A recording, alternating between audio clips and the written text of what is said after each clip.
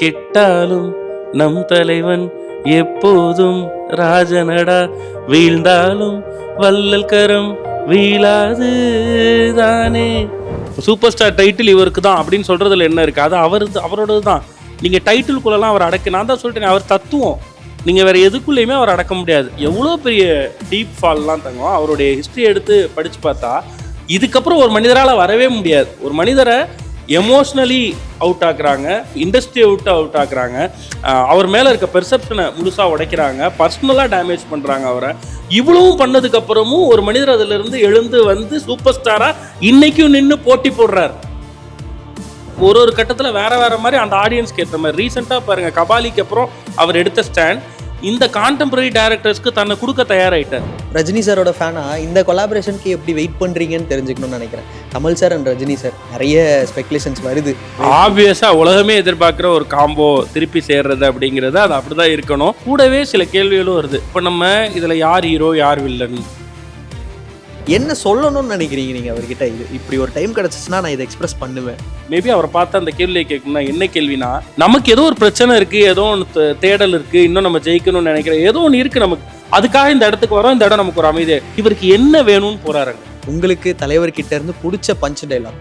கெட்டவங்களுக்கு ஆண்டவன் நிறைய கொடுப்பான் ஆனால் கைவிட்டுருவான், நல்லவங்களுக்கு ஆண்டவன் நிறைய சோதிப்பான் ஆனால் கைவிட மாட்டான் அப்படிங்கிறது. உண்மையிலே கெட்டவனுக்கு கொடுப்பான் கைவிட்டுருவானா நான் பார்த்ததில்ல, ஆனால் நல்லவங்களை சோதிச்சா. கோச்சடையான் படத்தோட படமோ பாட்டோ மற்றவங்களுக்குலாம் எப்படின்னு தெரியல, தலைவரோட தீவிரமான ஃபேன்ஸ்க்கு அந்த ஒவ்வொரு முறையும் உங்களின் வாழ்த்துக்களால் மீண்டும் உயிர் தெழுந்தேன்னு சொல்ற இடம். வாழ்த்திய உங்களுக்கே வாழ்க்கையை கொடுத்து விட்டேன்றது.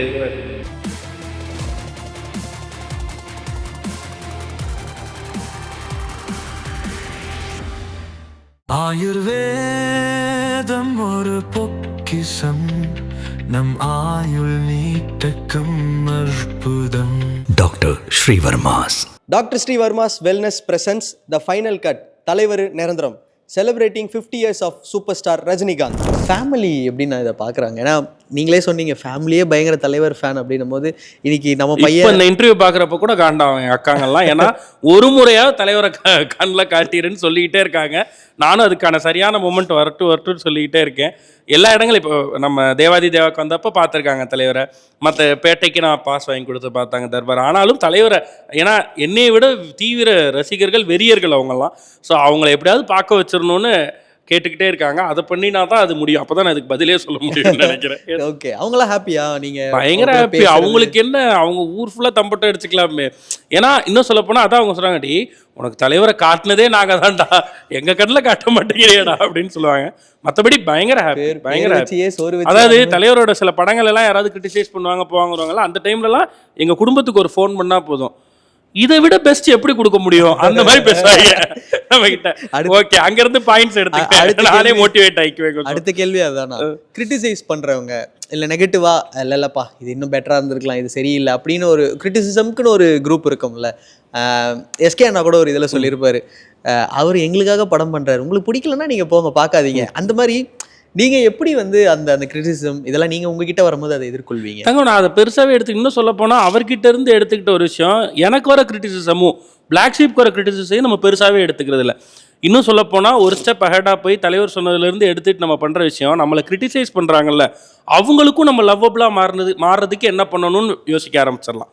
அதுதான் best way of answering it. அவங்கள்ட்ட போய் நான் இப்படி இல்லை, நான் யார் தெரியுமா, இது நல்ல படைப்பு, இந்த படைப்பு எப்படிப்பட்ட தெரியுமான்லாம் போய் வாதம் பண்ணுறதுக்கு அது அவங்களுடைய வியூ பாயிண்ட். அந்த வியூ பாயிண்ட் சரியாக இருக்கலாம், தப்பாக இருக்கலாம், அது பெர்செப்ஷனாக இருக்கலாம். அதையே நம்ம போய் அட்ரஸ் பண்ணிட்டு அதை தாண்டி நம்ம ஓடி அதை விட பெரிய இடத்துக்கு போய் அதை அவங்களே லவ்வபுளாக மாற்றுறது இருக்குல்ல, நம்ம வந்து அவங்களுக்கு பிடித்தவர்களாக மாறுறது. அதுதான் அவரும் பண்ணியிருக்காருன்னு நினைக்கிறேன். ஏன்னா எவ்வளோ பெரிய டீப் ஃபால்லாம் தங்கும். அவருடைய ஹிஸ்ட்ரி எடுத்து படித்து பார்த்தா இதுக்கப்புறம் ஒரு மனிதரால் வரவே முடியாது. ஒரு மனிதரை எமோஷ்னலி அவுட் ஆக்குறாங்க, இண்டஸ்ட்ரியை விட்டு அவுட் ஆக்குறாங்க, அவர் மேலே இருக்க பெர்செப்ஷனை முழுசாக உடைக்கிறாங்க, பர்சனலாக டேமேஜ் பண்ணுறாங்க அவரை. இவ்வளவும் பண்ணதுக்கு அப்புறமும் ஒரு மனிதர் அதிலிருந்து எழுந்து வந்து சூப்பர் ஸ்டாராக இன்னைக்கும் நின்று போட்டி போடுறார். அது ரொம்ப முக்கியம். 50 வருஷத்துல வந்து இது 50வது வருஷத்தை நம்ம வெறுமனை கொண்டாடல, 50வது வருஷத்துலையும் அந்த போட்டிக்குள்ள இருக்க ஒருத்தராக இருக்கார். அப்போ அது எவ்வளோ பெரிய விஷயம் இல்லை? அவர் எத்தனையை கடந்து வந்து இந்த இடத்துக்கு வந்திருக்கார். எனக்கு தெரிஞ்ச அவர் கிரிட்டிசிசத்தை என்றைக்குமே ஒரு பொருட்டாக கருதுனதில்லை தான் நினைக்கிறேன். ஆனால் செல்ஃப் அனாலிசிஸ் பண்ணியிருப்பார் எல்லா நேரங்களையும். அதை நம்ம மேடையிலே பார்க்குறோம். அவரை வேல்யூவேட் பண்ணுறதும் அவருடைய படங்களை வேலிடேட் பண்ணுறதை நம்ம எத்தனையோ ஸ்டேஜில் பார்த்துருக்கோம். நான் வந்து காலாவோட ஆடியோ லான்ஸில் பார்க்குறேன். அதுக்கு முன்னாடி வந்த 5 படங்கள்லையும் என்ன நடந்துச்சு, ஏன் அந்த படங்கள் சரியாக ரிசீவ் பண்ணப்படல, ஏன் அந்த படத்தில் என்ன தப்பு இருந்துச்சுன்னு எல்லாத்தையும் தலைவர் சொல்கிறார். லிங்கால இது தப்பாக போச்சு, கோச்சடையான்ல அது தப்பாக போச்சு, கபாலி நான் அப்போவே சொன்னேன் நம்மளாம் சக்குன்னு போய் ஒய்ஃபை கூப்பிட்டு வந்திருக்கணும், நம்ம போய் ஒய்ஃபை தேடிக்கிட்டே இருக்காங்க கடைசி இப்படின்னு. அந்த செல்ஃப் ட்ரால்னு ஒரு விஷயம் இருக்குல்ல, அது எப்பயுமே அவர் பண்ணியிருக்கார். மற்றவங்க மேடையிலையும் பண்ணியிருக்கார், மற்றவங்களை உயர்வாக பேசுறதுக்காகவும் தன்னை செல்ஃப் ட்ரால் பண்ணியிருக்கார். தன்னுடைய மேடைகளில் தன்னுடைய ரசிகர்களுக்கு தன்னுடைய படைப்புகள் பற்றி இருக்க விமர்சனத்தை பற்றியும் அதே செல்ஃப் ட்ரால் அவர் பண்ணியிருக்கார். அப்போ அவர் கண்டுக்காம இல்லை, ஒருவேளை அதில் ஏதாவது சரியாக இருக்குன்னா அதை சரி பண்ணுறதுக்கும் தயாராக இருக்கார். அப்போது அதுதானே சரி. கிரிட்டிசைஸ் பண்ணுறவங்கள என்றைக்குமே அவர் எதிர்த்து பேசி அப்படி ஒன்று நம்ம பார்த்துருக்கவே மாட்டோம். ஹேட்டட் பேசியே நம்ம பார்த்ததில்ல அந்த மனுஷன்ட்டு இருந்து. அதை தான் நம்மளும் எடுத்துக்கணும்னு நினைக்கிறேன். நீங்கள் ஒரு ஃபால் பற்றி பேசிட்டு இருந்தீங்க. அதில் ஒரு முக்கியமான ஃபால் வந்து ஹெல்த்தாக ஒரு இடம் ஆச்சு. ஒரு 2011 அந்த டைமில் வந்து ஹாஸ்பிட்டலைஸ் ஆனார். ரொம்ப கொஞ்சம் இதுவாக தான் இருந்தது. இங்கே நிறைய ப்ரேயர்ஸ் இருந்துச்சு, அவருக்காக நிறைய பேர் வந்து வேண்டுனாங்க. அண்ட் அதுக்கப்புறம் ஒரு கம்பேக் கொடுத்தாரு. இன்னைக்கு அந்த ஒரு மொமெண்ட் இருக்குல்ல, எனக்கு தெரிஞ்சது அது வந்து ரஜினி சார் ஃபேனுலாம் இல்லை, ஒட்டுமொத்தமாக தமிழ் சினிமாவில் ஆடியன்ஸ் எல்லாருமே வந்து அவருக்காக வேண்டுனாங்க. ஒரு மனிதருக்காக ஒட்டுமொத்த ஃபேன்ஸுமே போய் வேண்டுனாங்க அந்த மொமெண்ட்டில். அது ஒரு ஃபேனாக உங்களுக்கு அந்த மொமெண்ட் எப்படி இருந்தது? பயங்கரமாக இருந்துச்சு தங்கம். அந்த டைமில் நான் வந்து ரேடியோவில் ஒர்க், அப்போ தான் என்னோடய ஒர்க் ஸ்டார்ட் ஆகுது. அது ஆன் ஏரில் செய்தியாக சொல்கிறதுக்கு கூட எனக்கு கனத்து போகும். அதை பற்றி நான் பேசக்கூடாதுன்னே நினப்பேன். அப்புறம் அவர் மீண்டு வந்து அந்த வாய்ஸ், அவர் போகிறப்ப போட்ட வாய்ஸ் நோட் இருக்குல்ல, அப்பா அது வந்து அது எப்போ கேட்டாலும் கண்ணில் தண்ணி வரும். இப்போ ரீசெண்டாக ஒரு முறை நான் அதை சும்மா யூடியூப்பில் தேடி அதை போட்டு கேட்டு பார்த்தா இப்பவும் கண்ணில் தண்ணி வருது.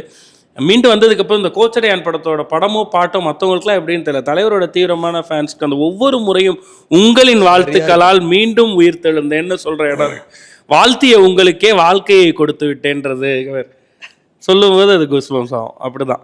ஸோ அதை தான் அவர் பண்ணிட்டு இருக்காருல்ல, விடாமல் ஏங்க டாக்டர் சொன்னதுக்கப்புறமும் ஏங்க நடிக்கணும், எந்த இடத்துலையும் நிறுத்தாமல் நான் இருப்பேன், நான் என்டர்டெயின் பண்ணிக்கிட்டே தான் இருப்பேன், என் உடல்நிலையெல்லாம் விடுங்கன்னு சொல்கிற இடத்துல அவர் இருக்காருன்னா he means everything. He means everything.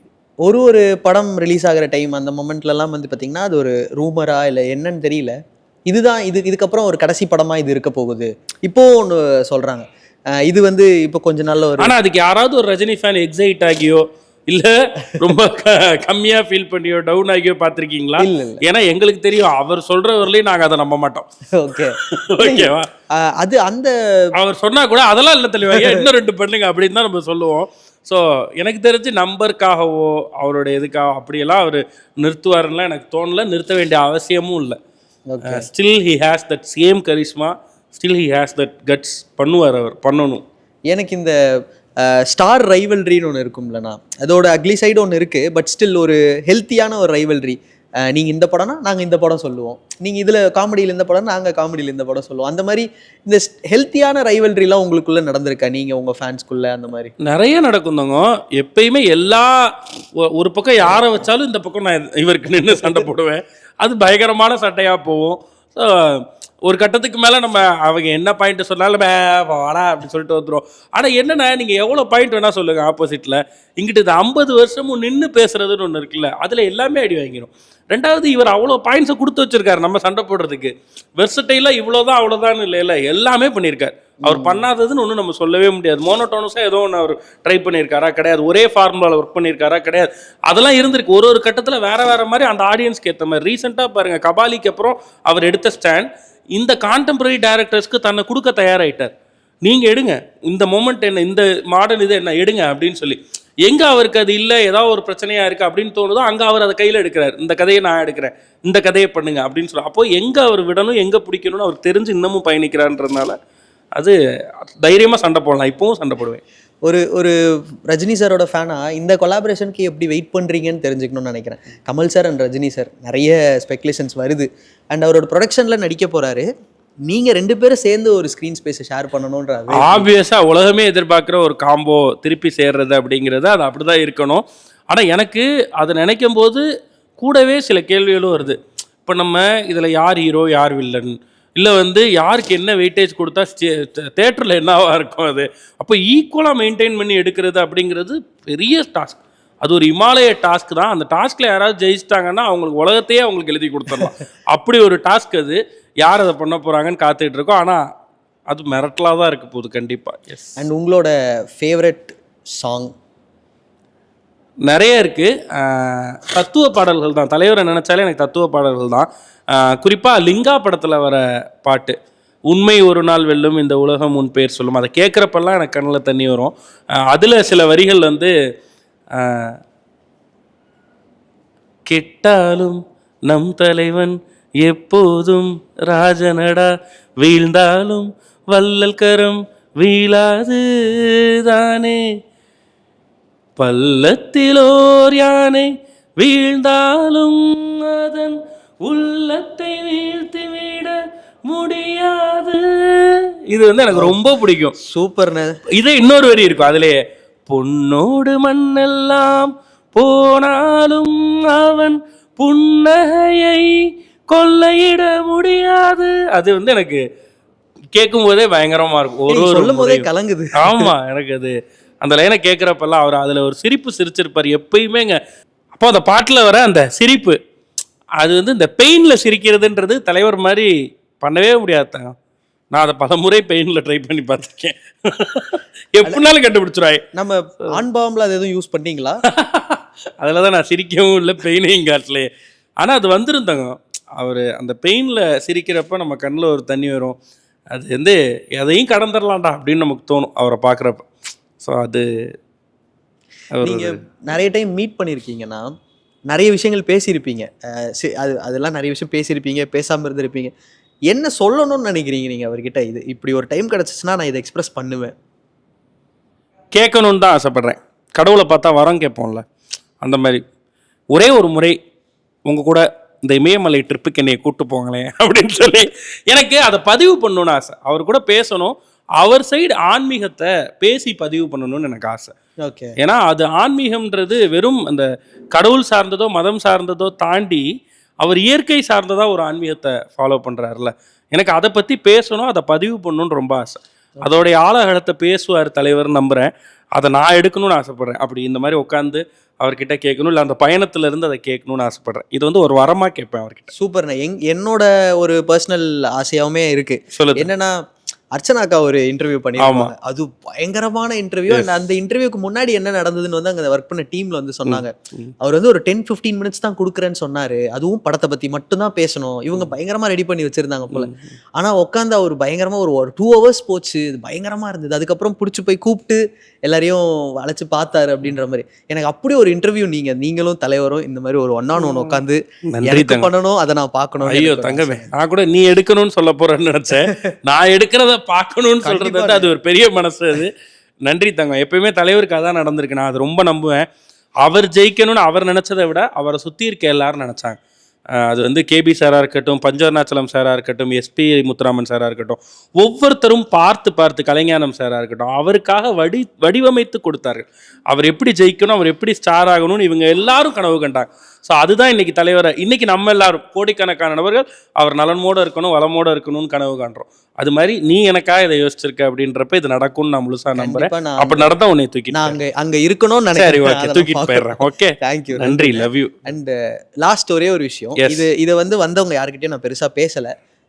எனக்கு உங்களை இன்னும் நல்லா கொஞ்சம் தெரிஞ்சதுனால நான் இதை கேட்கணும்னு நினைக்கிறேன். நீங்களும் ஒரு பயங்கர ஸ்பிரிச்சுவலான ஒரு பர்சன். ஒரு இன்டர்வியூக்கு வந்து நீங்கள் பட்டையோடு உட்காந்து என்னப்பா பட்டை இருக்குன்னு சொல்லலையே அப்படின்ற அளவுக்கு அந்த இன்டர்வியூ பாதி வரைக்கும் போச்சு. ஸோ லைக் அவ்வளோ ஸ்பிரிச்சுவலான ஒரு பர்சன். அண்ட் அதே மாதிரி தான் சூப்பர் ஸ்டாரும் பயங்கர ஸ்பிரிச்சுவலான ஒரு பர்சன். ஸோ இந்த ஸ்பிரிச்சுவாலிட்டியை வந்து எப்படி நீங்கள் தலைவர்கிட்ட இருந்து பார்க்குறீங்க? ஸ்பிரிச்சுவாலிட்டின்றதே ஒரு பெரிய கனெக்ட் தான் தங்கும். தலைவர் வந்து நம்ம வேட்டையன் ஆடியோ லான்ச்சில், கூலி ஆடியோ லான்ச்சில் ஒரு விஷயம் சொன்னார்ல, இந்த யூனிவர்ஸ் சில விஷயங்களை உங்கள் காதில் வந்து பேசும், அதை கேட்டு சரியாக நடந்தீங்கன்னா போதும், அதை அவாய்ட் பண்ணாமல் பண்ணிருங்கன்னு சொன்னார். யூனிவர்ஸ் என்ன நைட் நேரத்தில் வந்து பேசி பயமுறுத்த போதா? காதல் வந்து கிடையாது. யாரும் மனிதர்கள் மூலமாக தான் அதை பண்ணும். அப்படி மனிதர்கள் மூலமாக அந்த கனெக்ட் கிரியேட் ஆகும். நமக்கு என்ன தேவையோ அதுக்கு சரியான மனிதர்களும் யாரோ ஒருத்தர் வாயிலிருந்து சரியான ஸ்டேட்மெண்ட்ஸும் வழிகாட்டுதலும் இந்த இயற்கை கொடுத்துக்கிட்டே இருக்கும். அப்படிதான், அதுதான் நான் உண்மையிலே ஸ்பிரிச்சுவாலிட்டின்னு நினைக்கிறேன். நல்ல எண்ணங்கள் தான் உண்மையான ஸ்பிரிச்சுவாலிட்டி. நீங்கள் அந்த எண்ணங்கள் அப்படி எரிஞ்சிங்கன்னா அது திருப்பி உங்களுக்கு ஏதோ ஒரு ரூபத்தில் வந்து சேரும். என் லைஃப்பில் கடவுள் புண்ணியத்தில் இன்னைக்கு வரலையும் இந்த இயற்கையின் புண்ணியத்தில் அப்படி ஆட்களோ சரியான நேரத்தில் சரியான விஷயங்களோ வழிகாட்டுதலோ ஒரு நம்பிக்கையை ஏற்படுத்துகிற வார்த்தைகளோ ஏதோ ஒன்று யார் மூலமாவது எனக்கு வந்துடும்.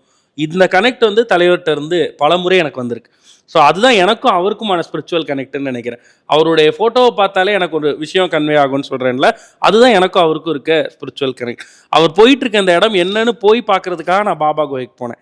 இது மாதிரி நிறைய பேர் அவர்னால ராகவேந்திரர் அவர்களை ஃபாலோ பண்ணுறவங்களும் அவரால் பாபா அவர்களை ஃபாலோ பண்ணுறவங்களும் எக்கச்சக்கமான பேர் இருப்பான். நான் அந்த குகைக்கு போய் உட்காந்துருந்தேன். நான் போன நேரம் அங்கே யாருமே இல்லை, நாங்கள் ஒரு 4 பேர் மட்டும்தான் இருந்தோம். கிட்டத்தட்ட 1.5 மணி நேரம் அந்த குகைக்குள்ளே உட்காந்துருந்தேன். எனக்கு ஏதோ ஒன்று புதுசாக கிடச்சிது, ஸ்பிரிச்சுவலி ஒன்று கனெக்ட் ஆச்சு. இந்த யூனிவர்சிட்டி வந்து நிறைய விஷயங்களை நான் எடுத்துக்கிட்டு தான் வந்தேன் அந்த பயணத்தில். ஆனால் எனக்கு அப்போ ஒரு கேள்வி இருந்துச்சு. மேபி அவரை பார்த்து அந்த கேள்வியை கேட்கணும்னா என்ன கேள்வினா, நமக்கு ஏதோ ஒரு பிரச்சனை இருக்குது, ஏதோ ஒன்று தேடல் இருக்குது, இன்னும் நம்ம ஜெயிக்கணும்னு நினைக்கிறேன், ஏதோ ஒன்று இருக்குது நமக்கு, அதுக்காக இந்த இடத்துக்கு வரோம், இந்த இடம் நமக்கு ஒரு அமைதி. இவருக்கு என்ன வேணும்னு போறாருங்க. அப்போது இது எல்லாத்தையும் தாண்டின ஏதோ ஒன்று அவர் அங்கே பார்க்குறாரு. அதுதான் ஸ்பிரிச்சுவாலிட்டி. இது எல்லாத்தையும் தாண்டினது. நீங்கள் கேட்குற தேவைக்கு நீங்கள் ஆசைப்படுற எல்லாமே கிடைச்சதுக்கப்புறம் உங்களுக்கு ஏதோ ஒன்று தேவைப்படுதுன்னா அதுதான் ஸ்பிரிச்சுவாலிட்டி. அதுதான் நான் அவர்கிட்ட இருந்து எடுத்தேன். சூப்பர்ண்ணே. இந்த பஞ்ச் டைலாக் அப்படின்னும் போது நிறைய பேர்கிட்ட கேட்டேன், நிறைய டைலாக் சொன்னாங்க. உங்களுக்கு தலைவர்கிட்ட இருந்து பிடிச்ச பஞ்ச் டைலாக்? அது ஆப்வியஸ்லி எக்கச்சக்கமான ஃபேன் சொல்கிறதா தான் இருக்கும். என் லைஃப்பில் நிறைய இடங்களில் நான் கனெக்ட் பண்ணிக்கிட்ட டைலாக்கும் அதுதான். கெட்டவங்களுக்கு ஆண்டவன் நிறைய கொடுப்பான், ஆனால் கைவிட்டுருவான். நல்லவங்களுக்கு ஆண்டவன் நிறைய சோதிப்பான், ஆனால் கைவிட மாட்டான் அப்படிங்கிறது. உண்மையிலே கெட்டவனுக்கு கொடுப்பான், கைவிட்டுருவானா நான் பார்த்ததில்ல. ஆனால் நல்லவங்களை சோதிச்சா கைவிட மாட்டாங்கிறத நான் பார்த்துருக்கேன். ஸோ அந்த பார்ட்னால எனக்கு அது ரொம்ப பிடிக்கும். அண்ணாத்த படத்தில் கடைசியாக தலைவர் ஒன்று சொல்லுவார். அது என் லைஃப்பில் எல்லா கட்டத்துலையும் நான் வச்சுருக்க ஒரு விஷயம். அந்த தலைவரும் சொன்னப்போ இன்னும் ஆணித்தரமாக மனசுக்குள்ளே பதிஞ்சது. எல்லாம் பண்ணதுக்கப்புறம் கீர்த்தி சுரேஷ் வந்து கேட்பாங்க, இவ்வளோ பண்ணதுக்கப்புறமும் என்னை எப்படின்னா உன்னால் வெறுக்க முடியல அப்படின்னு கேட்பாங்க. பாசமா வச்சா வச்சது தான் அப்படின்னு சொல்லுவார். அவ்வளோ, இந்த பாசம் வச்சா வச்சது தான். இதுவும் நான் அவர்கிட்ட இருந்து அந்த டைலாக் வந்து எடுத்துக்கிறேன். சூப்பர்ண்ணே. லாஸ்ட் ஃபைனல்ண்ணே, சூப்பர் ஸ்டார் அப்படிங்கிற அந்த ஒரு பட்டம், அதை வச்சு அதுக்கு பின்னாடி நடக்கிற ஒரு விஷயம், இது எல்லாமே வந்து நம்ம பார்க்குறோம். நாங்களுமே வந்து தலைவர் நிரந்தரம் அப்படின்னு வச்சதுக்கான இது வந்து அவர் தாங்க அப்படிங்கிறது. பட் அந்த ஒரு இது இருக்குல்ல, இன்னைக்கு நம்பர் 1 நம்பர் 2 இந்த நம்பர் கேம் இதெல்லாம் ஒன்று இருக்குல்ல, இதெல்லாம் நீங்கள் எப்படி நான் பார்க்குறீங்க? நீங்கள் ரெண்டுத்துலையுமே ஒரு ஃபேனாகவும் இருக்கீங்க, மீடியாலையும் இருக்கீங்க. இது உங்களுக்கு இதை எப்படி நீங்கள் பார்க்குறீங்க? தங்கம், அது அவருடைய தேவைக்கு ஏற்ற மாதிரி பேசப்படுது, அவ்வளோதான் தங்கம். நம்ம அதுக்குள்ளே போவே வேணான்னு நினைக்கிறேன் நான். இப்போ சூப்பர் ஸ்டார் டைட்டில் இவருக்கு தான் அப்படின்னு சொல்கிறதுல என்ன இருக்குது? அது அவரோடது தான். நீங்கள் டைட்டிலுக்குள்ளெல்லாம் அவர் அடக்க, நான் தான் சொல்லிட்டேன், அவர் தத்துவம். நீங்கள் வேறு எதுக்குள்ளேயுமே அவர் அடக்க முடியாது. பேரில், டைட்டிலில், கமர்ஷியலி ஹிட்டில், பணத்துக்குள்ளே, எதுக்குள்ளேயுமே உங்களால் அடக்க முடியாது. அதெல்லாம் தாண்டிய தத்துவமாக அவர் இருக்கப்போ எனக்கு அது ஒன்றும் பெரிய இதாக தெரியல. அது வேறு யாருக்காவது கொடுக்கணுன்னா கொடுக்கலாம், வச்சுக்கணுன்னா வச்சுக்கலாம், இவர்கிட்ட இருக்கணும்னா இருக்கலாம். எனக்கு அதை பற்றின கருத்தே இல்லை உண்மையிலே சொல்லப்போனால். அவர் வந்து ஒரு தத்துவம், அவருக்கு இதெல்லாமே தேவையில்லைன்னு நினைக்கிறேன். நம்ம வச்சுருக்க பாசம் தான். அதுக்கு ஏதாவது நீங்கள் ஏதாவது ஃபார்மேட்டில் அதை கொண்டு வர முடியுமா? முடியாது. அதுக்கு ஏதாவது இப்போ ஒரு வேல்யூ இருக்கா? கிடையாது. அப்போ எல்லாத்தையும் தாண்டினது அது, அவ்வளோதான். சூப்பர்ண்ணே. தேங்க்யூ ஸோ மச்ண்ணே. நிறைய விஷயங்கள் வந்து எங்களுக்காக வந்து ஷேர் பண்ணிக்கிட்டீங்க. நன்றி. நிறைய அரிய விஷயங்கள் வந்து ஷேர் பண்ணிக்கிட்டீங்க. அப்படியா? என்ன அது நீங்கள் தான் சொல்லணும். சரி, நீ தான் சொல்ற, நீ தான் அரிய விஷயம். நிறைய விஷயங்கள். மகிழ்ச்சி. அவரை பற்றி எப்போ பேசினாலுமே அது ஒரு பாசிட்டிவிட்டி தான். நம்மளை நாமே எனர்ஜைஸ் பண்ணிக்கிறதுக்கான, பூஸ்டப் பண்ணிக்கிறதுக்கான ஒரு விஷயம் தான். அந்த மொமெண்ட்டை மீண்டும் ஒரு முறை த ஃபைனல் கட் கிரியேட் பண்ணி கொடுத்தது எனக்கு ரொம்ப சந்தோஷமாக இருக்குது. அண்ட் ஆஸ் யூஷுவல் தமிழ் சந்திக்கும் பொழுதெல்லாம் நிறைய பாசிட்டிவிட்டியும் சந்தோஷத்தையும் கொடுக்கக்கூடிய ஒரு ஆங்கர். தொடர்ந்து அதை கொடுத்துக்கிட்டே இருக்கேன். இன்றைக்கி உடம்பு சரியில்லாத சூழ்நிலையிலையும் தலைவர் மாதிரி சந்தோஷத்தை கொடுக்கறதுக்காக இதை பண்ணிக்கிட்டு இருக்கேன். ஸோ இன்னும் நீடூழி நிறைய விஷயங்களை நீங்களும் பண்ணும். இந்த ஃபைனல் கட்க்கும் என்னுடைய நன்றிகளும் வாழ்த்துக்களும். பெரிய வளர்ச்சி அடைய வாழ்த்து. இது வந்து ஃபைனல் கட்டோட முதல் ஈவெண்ட்னு. Wow, super. அதில் ஒரு பாட்டாக நான் இருக்குது. உண்மையில I'm really really very very happy. என்ன ஈவெண்ட் நடத்தினாலும் கூப்பிடுங்க. கண்டிப்பாக. தேங்க்யூ. கூப்பிட்டுருவோண்ணே. அப்புறம் கூப்பிடுங்க. தேங்க்யூ. தேங்க்யூ.